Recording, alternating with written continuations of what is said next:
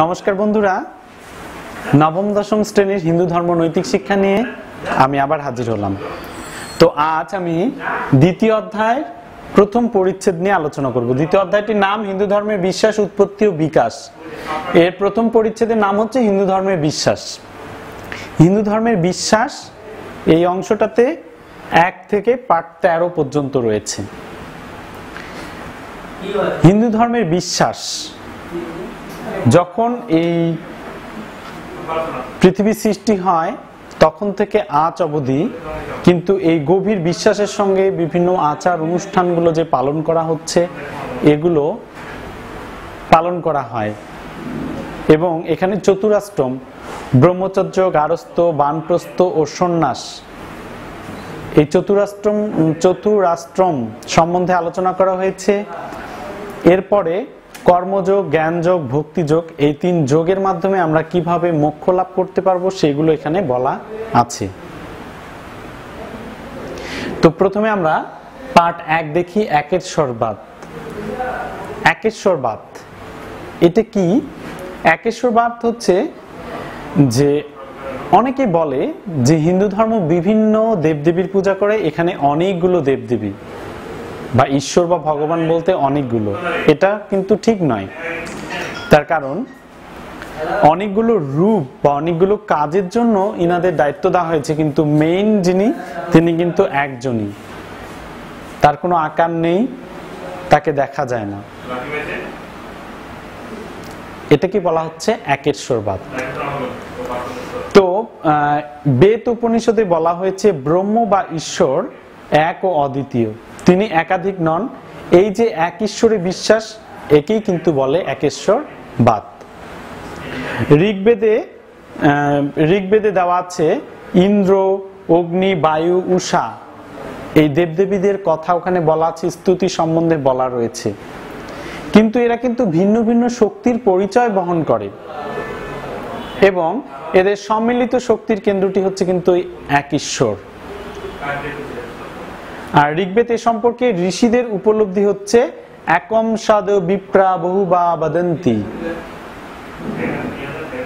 অর্থাৎ সদ্বস্তু এক, বিপ্রগণ তাদের বহু প্রকার বলে বর্ণনা করেন। যেমন আমরা এখন দেখি, যদি ঠাকুর রামকৃষ্ণের বহুমুখী সাধনার মধ্যেও কিন্তু তিনি বিভিন্ন দেবদেবীর আরাধনা করেছেন ও ব্রহ্ম সাধনার মধ্যে এক সমন্বয় চেতনা রয়েছে। সাকার দেবদেবী কালী, যিনি নিরাকার ব্রহ্ম কিন্তু তিনি, তাহলে যিনি কালী তিনি কিন্তু ব্রহ্ম, নিরাকার ব্রহ্ম। তো এরপর আমরা দেখি অবতারবাদ। পার্ট 2 থেকে 3 পার্টে আলোচনা করা রয়েছে অবতারবাদ। অবতার শব্দটির অর্থ কিন্তু হচ্ছে উপর থেকে নিচে নামা বা নিচে অবতরণ করা, উপর থেকে নিচে অবতরণ করা। যখনই আমরা পৃথিবীবাসী বিভিন্ন সমস্যায় পড়েছি তখনই এখানে কিন্তু 10 অবতারের কথা বলা আছে। তার মধ্যে 9 জন অবতার, বিষ্ণুর 9 জন অবতার কিন্তু পৃথিবীতে অবতীর্ণ হয়েছেন। আরেকটি অবতার যেটা এই যুগের বা যখন এই পৃথিবীতে বর্তমান সময়ে প্রচুর পরিমাণে পাপ বা অধর্ম বেড়ে যাবে তখন কিন্তু এই অবতার রূপে বিষ্ণু আসবেন। তো এই অবতারগুলোর মধ্যে যখন দেখা যাচ্ছে পৌরাণিক কাহিনী থেকে অবতার কিন্তু 3 পর্যায়ের হয়ে থাকে। একটা হচ্ছে গুণাবতার, লীলাবতার, আর একটা হচ্ছে আবেশাবতার। তো গুণাবতার কি? গুণাবতার আমরা যদি দেখি, ব্রহ্ম, বিষ্ণু এবং মহেশ্বর এই 3 দেবতা কিন্তু অবতীর্ণ হয়েছেন এই বিশ্ব ব্রহ্মাণ্ডে এবং 3 জনের কাজ কিন্তু আলাদা আলাদা, সৃষ্টি, পালন এবং হচ্ছে বিনাশ বা ধ্বংস। তো এই 3 জনার যে সম্মিলিত যে কাজগুলো, সৃষ্টি, স্থিতি ও সংহার করেন, এদের কিন্তু পরমেশ্বর, এই 3 পরমেশ্বরকে কিন্তু হচ্ছে গুণাবতার বলবে। এরপরে আমরা যদি দেখি লীলাবতার, তাহলে এই যে 10 অবতারের যে আমরা কথা বলেছি, এই 10 অবতার যখন এসেছেন এই পৃথিবীতে, তাদেরকে আমাদেরকে যে ভাবের আবেশে আবেশিত করে বলা হচ্ছে আবেশাবতার। তো এখানে আমরা কিন্তু দেখতে পাচ্ছি পৌরাণিক কাহিনী মতে দেখা যাচ্ছে যে বেদ প্রলয় পরধি জলে যখন নিমগ্ন হয় তখন কিন্তু বিষ্ণু মৎস্য রূপে বা মৎস্য অবতার রূপে এসে এই বেদকে কি করেছেন? উদ্ধার করেছেন। এরপরে পৃথিবী জলপ্লাবিত হলে কুম্ভ রূপে ভগবান কিন্তু এসে আমাদের এই পৃথিবীকে নিজের পৃষ্ঠে ধারণ করে পৃথিবীকে উদ্ধার করেছেন। এরও পরে আমরা যদি দেখি আরো যে পুনরায় যখন পৃথিবী জলপ্লাবিত হয় তখন ভগবান বরাহ রূপে এসে পৃথিবীকে দন্তের মধ্যে ধারণ করে পৃথিবীকে উদ্ধার করেছেন। নৃসিংহ রূপে অবতীর্ণ হয়ে তিনি হিরণ্যকশিপুর এর মতো অত্যাচারী দৈত্যকে দমন করে প্রহ্লাদকে তিনি উদ্ধার করেছেন। এর পরে যখন দেখি বলির অহংকার দমন করার জন্য বিষ্ণু কিন্তু বামন অবতার রূপে এসে বলিকে ধ্বংস করেছেন বা উদ্ধার করেছেন। যখন পৃথিবীতে ক্ষত্রিয়দের অত্যাচার বেড়ে যায় তখন কিন্তু বিষ্ণু পরশুরাম রূপে এসে প্রায় 21 বার এই ক্ষত্রিয়দের দমন করেছেন পৃথিবী থেকে।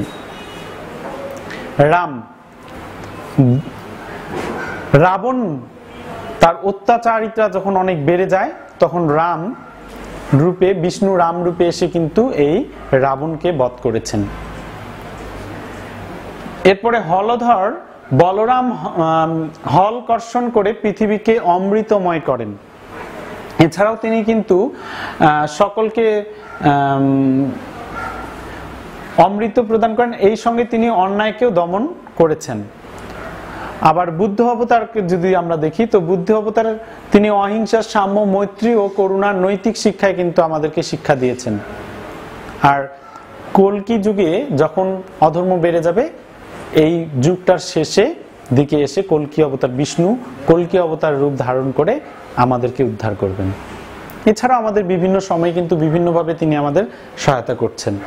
এই 10 অবতারের মধ্যে ভগবান শ্রীকৃষ্ণ কিন্তু অন্তর্ভুক্ত নন, তিনি স্বয়ং ভগবান, তাই তাকে বলা হয় মহা অবতারী।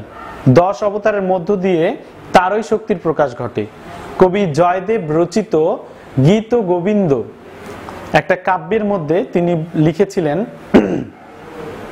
বেদকে তুমি করেছ উদ্ধার, বহন করেছ পৃথিবীর ভার, দশন শিখনে ধারণ করেছ মেদিনী, দৈত্যের অত্যাচার থেকে করেছ তাকে মুক্ত, চূর্ণ করেছ ছলে বলির দর্প, মুক্ত করেছ ধরণীকে ক্ষত্রিয়ের অত্যাচার থেকে, জয় করেছ দুর্জয় দশাননকে, শ্যামল করেছ মেদিনীকে হলকর্ষণ করে, মুক্ত অভ্যন্তরে বিলিয়েছ করুণা, তুমি আবার আসবে ম্লেচ্ছ নিধন কল্পে, দশমূর্তিধারী হে কৃষ্ণ তোমাকে প্রণাম।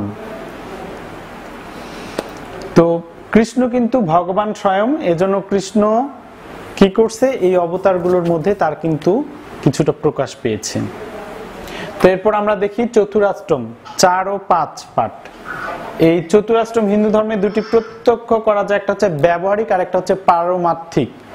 এর মধ্যে ব্যবহারিক জীবনের কর্মকাণ্ডের মধ্য দিয়ে আধ্যাত্মিক ও পারমার্থিক বিষয়গুলো উঠে এসেছে। তো আমরা চতুরাষ্ট্রম এখানে অনুমান করা হয় মনুষ্য জন্মকে যে 100 বছর তার জীবনকাল বা আয়ুষ্কাল 100 বছর, এটাকে যদি 4 ভাগ করা যায় তাহলে একটা ভাগেই পড়বে 25, 4 ভাগের মধ্যে একটা ভাগেই তাহলে পড়বে কিন্তু 25 বছর করে। তো প্রথম 25 বছরটা হচ্ছে ব্রহ্মচর্য। যখন একটি শিশু ভূমিষ্ঠ হওয়ার পর 5 বছর হয়ে যায় তখন তাকে শিক্ষার জন্য কি করা হয়? গুরু গৃহে পাঠানো হয়। সে সেই গুরুর কাছে দীক্ষিত হয়ে বিভিন্ন ধরনের জীবনের চলার পথে বিভিন্ন ধরনের শিক্ষা সেখানে সে গ্রহণ করে। সে কিভাবে একটা খুব খারাপ মুহূর্ত আসলে সেটা থেকে উদ্ধার পাবে, কিভাবে ধৈর্য ধারণ করতে পারবে এবং আরো অজানা বিভিন্ন তথ্যগুলো সে সেখান থেকে পাবে। এবং এই 25 বছর সে বিভিন্ন শাস্ত্র অধ্যয়ন করবে, বিভিন্ন পুস্তক আহরণ করে সে কি করবে? সেই জ্ঞানগুলো নিবে এবং বিদ্যা শিক্ষা সমাপ্ত করে গুরুর নির্দেশে তারপরে নিজ গৃহে প্রত্যাবর্তন করে ব্রহ্মচারী গারস্থ জীবনে কি করবে? প্রবেশ করবে। এরপর 25 বছর পরের 25 বছর হচ্ছে গারস্থ আশ্রম। এখানে হচ্ছে বিবাহের মাধ্যমে সন্তান সন্ততি লাভ এবং তাদের ভরণ পোষণে পারিবারিক জীবনের প্রতিদিন বিভিন্ন কিন্তু যজ্ঞ কর্মের মাধ্যমে এটা সমাধান করতে হবে। এর মধ্যে পিতৃযজ্ঞ, দৈবযজ্ঞ, ভূতযজ্ঞ, নিযজ্ঞ ও ঋষিযজ্ঞ। পিতৃযজ্ঞ কি? এই যে তার পিতাকে ভরণ পোষণ দেওয়া, পিতাকে দেখা এবং তার যে সন্তান হচ্ছে তাদের লালন পালন করা, এটা হচ্ছে পিতৃযজ্ঞের মধ্যে পড়বে। দৈবযজ্ঞ কি? আমাদের এই পৃথিবী সৃষ্টি করেছেন সেই ভগবান। তো আমরা কি করব? এই যে তার সৃষ্টি থেকে আমরা যা কিছু খাচ্ছি, এখান থেকে ফুল ফল আমরা তার উদ্দেশ্যে, বিভিন্ন দেবতার উদ্দেশ্যে অর্পণ করব। এটাকে বলা হচ্ছে দৈবযজ্ঞ। ভূতযজ্ঞ, আমরা যে বসবাস করছি, আমাদের আশপাশে যত প্রাণী রয়েছে এদের খাওয়ানো, এদের সেবা যত্ন করা, এটা কিন্তু পরে হচ্ছে ভূতযজ্ঞের মধ্যে। আর নিযজ্ঞটা কি? নিযজ্ঞটা হচ্ছে অতিথি, বাসায় যে অতিথি আসবে সেই অতিথিদের সেবন করা। শুধু আমি চিনি সেই লোক আসলো তাকে খেতে দিলাম তা নয়, অপরিচিত কেউ আসলেও তাকে যদি খাওয়ানো হয় সেটাও কিন্তু অতিথি সেবা দেওয়া হচ্ছে। এটা পড়তেছি নিযজ্ঞের মধ্যে। আর ঋষিযজ্ঞ কি? আমরা উক্ত জ্ঞান অর্জন করতে হতো, মুনি ঋষিদের কাছ থেকে আমাদের কিন্তু এই জ্ঞানগুলো আহরণ করতে হতো। আমরা এই জ্ঞানগুলো কি করব? ভালো কাজে লাগাবো। এটা কিন্তু পড়বে ঋষিযজ্ঞের মধ্যে। আর এইখানে হচ্ছে বিভিন্ন আমরা এই গারস্থ আশ্রমের সময় আমরা কিন্তু সংসার ধর্ম পালন করব, বিভিন্ন মন্দির মঠে যাব, ধর্মীয় বিভিন্ন কাজগুলো করব। এটা হচ্ছে এখানকার কাজ। এরপর বানপ্রস্থ আশ্রম, এর পরের 25 বছর অর্থাৎ 50 থেকে 51 থেকে 75 বছর পর্যন্ত, এই সময়টাতে সাধারণত আগে পুরোনো দিনে কি করা হতো? বনে যাওয়া হতো। এটা হচ্ছে সন্ন্যাসের পূর্ব মুহূর্ত, অর্থাৎ নিজেকে তৈরি করা, প্রিপারেট করা। বনে থাকা, বনের পশুদের সেই দুঃখ কষ্টকে উপলব্ধি করা, খাওয়া নিয়মিতভাবে কম খাওয়া এবং নিয়ম করে খাওয়া, যোগ ব্যায়াম করা এবং আরো অন্যান্য কিছু ধর্মীয় ঈশ্বরকে একান্তভাবে পাওয়ার জন্য ধ্যান করা, এইখানে কিন্তু হতো। এটা কিন্তু গভীর অরণ্যে গিয়ে করতে হতো, কিন্তু বর্তমানে এটা আমরা সংসারে থেকেও করতে পারি। এরপর আসতেছি আমরা সন্ন্যাসী। সন্ন্যাস আশ্রমটা হচ্ছে পরের 25 বছর, অর্থাৎ 76 বছর থেকে 100 বছর বয়স পর্যন্ত। এই সময়টাতে কি করতে হবে? যে আমার এই সাংসারিক যত চিন্তা আছে এগুলো থেকে আমি বিরত থেকে শুধু স্বয়ং ভগবানের চিন্তা করা এবং তার করুণা পাওয়া। এ সময় আমি কি হব না, আমি কখনো কোনো লোভ বা কোনো কিছুতে আমি আকৃষ্ট হব না। তো এখানে কয়েকটি শ্লোকে বলা আছে, অনাশ্রিত কর্মফলম কার্যম কর্মকারতি য সন্ন্যাসী চ যোগী চ ন নিরগ্নিন্ন চাকরিয়। এটা হচ্ছে শ্রীমদ্ ভাগবত গীতার 6ষ্ঠ অধ্যায়ের প্রথম শ্লোক। অর্থাৎ কর্মফলের বাসনা না করে যিনি কর্তব্য কর্ম করেন তিনি কিন্তু সন্ন্যাসী, আর তিনি যোগী। শুধু গৃহাদি কর্ম বা শরীর ধারণের উপকরণ সংগ্রহে কর্মত্যাগই কিন্তু সন্ন্যাস নয়। আর এই সন্ন্যাস যোগের মাধ্যমে আমরা কিন্তু পুত্রকন্যা, মাতা পিতা এদের পরিত্যাগ করে বানপ্রস্থ সন্ন্যাসের গ্রহণে উৎসাহিত এখন কিন্তু আর করা হচ্ছে না। এখন কি করা হচ্ছে? তাই যোগ সাধনা কিন্তু মুক্তি লাভের একটা বিশেষ উপায়। তো এখানে যোগ শব্দটি সাধারণভাবে সংযোগ অর্থে ব্যক্ত হয়। এদের সঙ্গে একের সঙ্গে অপরের সংযোগকে সংক্ষেপে কিন্তু বলা হয় যোগ। কিন্তু সাধনার ক্ষেত্রে এই যোগের অর্থ আরো গভীরে নিহিত। জীবাত্মার সঙ্গে পরমাত্মার সংযোগই কিন্তু যোগ সাধনা। যোগ শাস্ত্রে শ্রীমদ্ ভাগবত গীতায় এবং পতঞ্জলির যোগ দর্শনে বলা হয়েছে যোগ চিত্তবৃত্তি নিরোধ, অর্থাৎ চিত্তবৃত্তির নিরোধ যোগ বলা হয়। এখানে মনকে শুদ্ধ বা শান্ত করার জন্য যোগ দর্শনে 8 প্রকার সাধন প্রক্রিয়ার কথা বলা হয়েছে। সেই 8 প্রকার হচ্ছে যম, নিয়ম, আসন, প্রাণায়াম, প্রত্যাহার, ধারণা, ধ্যান, সমাধি। এর মধ্যে যম শব্দটি মূলত সংযম অর্থ প্রকাশ করে। মুক্তি লাভের জন্য সাধন দৈনন্দিন জীবনে আচার আচরণে সংযমী হবেন, আর তাকে অহিংসা, সত্য, আস্তেয়, ব্রহ্মচর্য ও অপরিগ্রহ এই 5টি বিষয় অনুশীলন করতে হবে।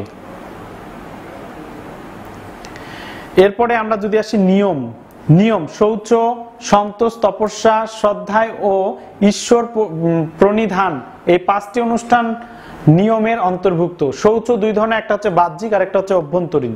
বাইরের ময়লা দূর করলে, আমরা যদি স্নান করি, পরিষ্কার করি, তাহলে কিন্তু আমাদের বাইরের শৌচ বা বাইরের ময়লাটা দূর হচ্ছে।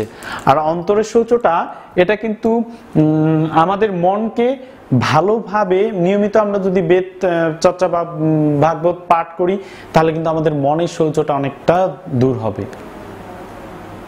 আসন, আমরা নিয়মিতভাবে প্রতিনিয়তভাবে আমরা যদি সুস্থ থাকতে চাই, তাহলে বিভিন্ন রকম আসনের কথা বলা আছে, সেগুলো আমরা যদি অনুশীলন করি, তাহলে কিন্তু আমরা এখান থেকে অনেকখানি কি পাবো, যোগ দর্শন পাবো। কিন্তু এটা অবশ্যই সঠিক গুরুর কাছে কিন্তু এটা নিতে হবে, নাহলে আমরা করতে গেলে দেখাচ্ছে বেকায়দা কিছু করলে আবার এর হিতের বিপরীত হবে। প্রাণায়াম হচ্ছে, এটা প্রাণায়াম 3 ধরনের। এটা সাধারণত শ্বাস প্রশ্বাসের যে কন্ট্রোলিং ক্ষমতা, এটাকে বোঝানো হচ্ছে। এটাও কিন্তু দক্ষ গুরুর কাছে কিন্তু অনুশীলন করতে হবে, নাহলে কিন্তু সমস্যা হবে। এর 3 প্রকার কি কি? রেচন, পূরক এবং কুম্ভক। রেচন কি? আমরা যে বাইরের শ্বাসটা বের করছি, এটাকে বলা হচ্ছে রেচন, আর শ্বাসটা যে গ্রহণ করছি, এটাকে বলা হচ্ছে পূরক। আর আমরা শ্বাসটাকে কতক্ষণ ধরে রাখতে পারতেছি, এটাকে বলা হচ্ছে কুম্ভক।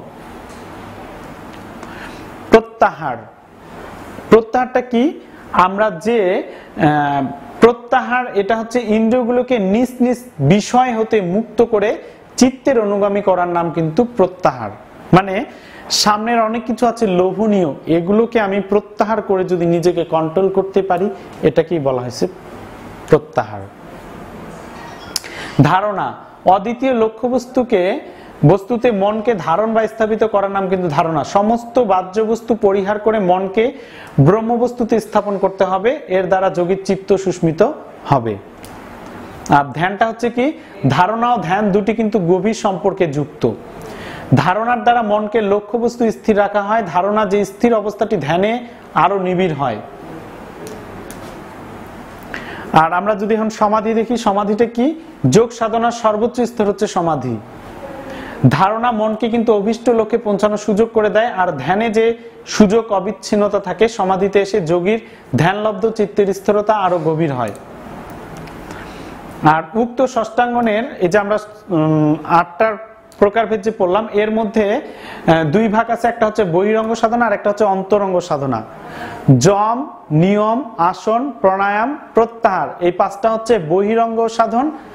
ধারণা, ধ্যান, সমাধি এই 3টা হচ্ছে অন্তরঙ্গ সাধন। এরপরে আমরা পরের পাঠে চলে যাই, পাঠ 8-9 কর্মযোগ। কর্ম বলতে কিন্তু কাজকে বুঝাইছে। এই কাজটা হতে হবে আমাদের কি? ফলের আশা ত্যাগ করে আমরা যে কর্মটা করব, সেটাকে কিন্তু বলা হচ্ছে। আর আমাদের কিন্তু প্রধান উদ্দেশ্য হচ্ছে মোক্ষ লাভ করা। মোক্ষ লাভ করার জন্য আমরা যেসব কর্ম করব, সেটাই কিন্তু বেশি ফলপ্রদ। আর এই কর্ম 2 প্রকার, একটা হচ্ছে সকাম কর্ম, একটা নিষ্কাম কর্ম। সকাম কর্ম হচ্ছে কি? আমরা যদি কোনো ফলের আশা রেখে কাজটা করি, তাহলে সেটাকে বলবে সকাম কর্ম। আর কোনো ফলের আশা বাদ দিয়ে আমরা যদি শুধু কর্ম করি, তাহলে সেটাকে বলবে নিষ্কাম কর্ম। আর নিষ্কাম কর্মই যোগ সাধনার ক্ষেত্রে কর্মযোগ। সকাম কর্মে বন্ধন হয়, আর নিষ্কাম কর্মে মোক্ষ লাভ হয়। আসতে হতো। তো এখানে শ্রীমদ্ ভাগবত গীতায় ভগবান শ্রীকৃষ্ণ একটি শ্লোকে ওখানে বলা আছে, 2য় অধ্যায় 47 নম্বর শ্লোকে, কর্মণ্য ব্যাধি কারস্তে মা ফলেষু কদাচন মা কর্ম ফল হেতু ভূর্মাতে সঙ্গোপহস্ত কর্মাণি, অর্থাৎ কর্মে তব অধিকার, ফলে কভু নয়, ফলাশক্তি ত্যাগ করো, কর্মতেজ্য নয়। এরপর আমরা যাচ্ছি জ্ঞানযোগ, পাঠ 10 থেকে 11। জ্ঞানযোগ, মোক্ষ লাভের অন্যতম উপায় হচ্ছে কিন্তু জ্ঞানযোগ। আর জ্ঞানের অনুশীলন দ্বারা পরম সত্তার উপনীত হওয়ার পদ্ধতি হচ্ছে জ্ঞানযোগ। শাস্ত্রে আত্মতত্ত্ব ও পরমার্থ তত্ত্ব জানাকে কিন্তু জ্ঞান বলা হয়। আর জ্ঞানের প্রতি স্রষ্টাকে জানার যে সাধনা, তাকে কিন্তু জ্ঞানযোগ বলা হচ্ছে। আর শ্রীমদ্ ভাগবত গীতার ৪র্থ অধ্যায়ের নাম কিন্তু জ্ঞানযোগ। এই অধ্যায়ে 20টি জ্ঞানীর 20টি লক্ষণের কথা বলা হয়েছে। আর এখানে কর্মতত্ত্ব সম্বন্ধে কিন্তু 3টি কথা বলা হয়েছে, একটা কর্ম, অকর্ম, আর একটা হচ্ছে বিকর্ম। শাস্ত্রজ্ঞান মেনে শাস্ত্রবিধির যে সকল কর্ম, স্বাস্থ্যবিধি অনুযায়ী যে সকল কর্ম করা হয় সেটাকে বলা হচ্ছে কর্ম, আর স্বাস্থ্যবিধিতে যেসব নিষিদ্ধ করা হচ্ছে সেটা হচ্ছে অকর্ম, আর কোনো কাজ না করাকে বলা হচ্ছে অকর্ম, স্বাস্থ্যবিধিতে যেসব নিষেধ আছে সেটা যদি করা সেটাকে বলা হবে বিকর্ম, আর কোনো কাজ না করাকে বলা হচ্ছে অকর্ম। কর্মতত্ত্ব গহীন অরণ্যের মতো, মানে একটা বড় বা গভীর অরণ্য বা জঙ্গলের সঙ্গে এটাকে তুলনা করা হয়েছে। জ্ঞানযোগের ফলে আমরা কি করব? আমরা আমাদের স্রষ্টাকে জানতে পারবো এবং সবকিছু সম্বন্ধে আমাদের সঠিক ধারণা থাকবে। এই জ্ঞানযোগে একটা শ্লোক আছে শ্রীমদ্ ভাগবত গীতার ৪র্থ অধ্যায়ের ৩৯ নম্বর শ্লোক। শ্রদ্ধাবান লাভতে জ্ঞানম তৎপরম সমযতেন্দ্রিয় জ্ঞানম লব্ধা পরম শান্তি মোচি রেনাধিগচ্ছতি। অর্থাৎ যিনি শ্রদ্ধাবান, একনিষ্ঠ সাধন, তৎপর এবং জিতেন্দ্রিয়, তিনি জ্ঞান লাভ করেন, আত্মজ্ঞান লাভ করে শীঘ্রই তিনি পরম শান্তি লাভ করেন। এবার আমরা আসতেছি ভক্তিযোগ। এটা কিন্তু শ্রীমদ্ ভাগবত গীতার ১২শ অধ্যায় বা ১১তম অধ্যায়ে কিন্তু নাম হচ্ছে ভক্তিযোগ। আমরা যে ভক্তির মাধ্যমে আমাদের মূল উদ্দেশ্য কিন্তু মোক্ষ লাভ করা, আমরা যে ভক্তির মাধ্যমে মোক্ষ লাভ করব সে যে পদ্ধতিগুলো আছে এইগুলোকে বলা হচ্ছে, বা এই যোগ সাধনাটাকে বলা হচ্ছে ভক্তি যোগ। যেমন ধরো ভগবানের প্রতি যে একান্ত রতি তারই নাম কিন্তু ভক্তি।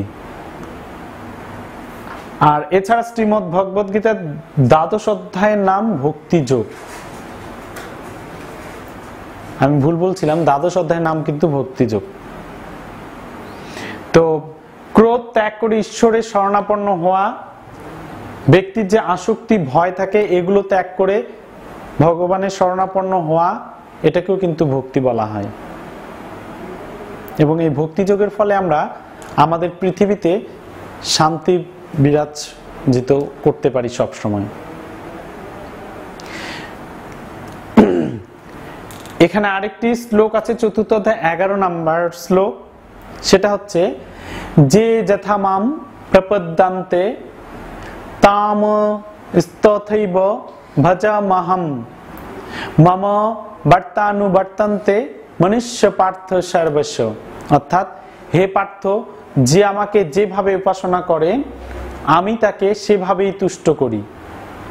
মানবগণ সকল প্রকারে আমার পথই অনুসরণ করে। অর্থাৎ মানবগণ যে পথে অনুসরণ করুক না কেন সকল পথে আমাতে পৌঁছাতে পারে। তাহলে আমাদের মোক্ষ লাভের 3টা উপায় সুন্দরভাবে দেওয়া আছে, কর্মযোগ, জ্ঞানযোগ, আর একটা হচ্ছে ভক্তিযোগ। এই 3টা যোগের মাধ্যমে আমরা কি করতে পারি? মোক্ষ লাভ করতে পারি। এই 3টার যে কোনো একটা যদি আমি সঠিকভাবে করি তাও কিন্তু হবে। তো বন্ধুরা, অধ্যায়টা আবার সুন্দর করে পড়বে। এখান থেকে নৈবিত্তিক আসবে এবং সৃজনশীল প্রশ্ন আসবে, যেমন একেশ্বরবাদ কি, অবতারবাদ কি, চতুরাষ্ট্রম কি, চতুরাষ্ট্রমে সাধারণত মানব জীবনকে কয় বছর ধরা হয়েছে এবং প্রত্যেকটি বছর এই ১০০ বছরকে কয় ভাগে ভাগ করা হয়েছে, সেই ভাগগুলোর নাম কি এবং প্রত্যেকটা ভাগে কত করে বছর রয়েছে, যোগের ধারণা যে 8টি যে আমার বললাম 8 প্রকার যোগ দর্শনের কথা, সেগুলো একটু ভালো করে পড়বে। আশা করি তোমরা অনেক ভালো করবে। তো এই অধ্যায়টি তোমরা আবার পড়িও। পরের পরিচ্ছেদটা আমার এর পরের ক্লাসে বা পরের ভিডিওতে তোমরা পাবে। সবাই অনেক ভালো থেকো, এই কামনায় আজ আমি শেষ করছি। নমস্কার।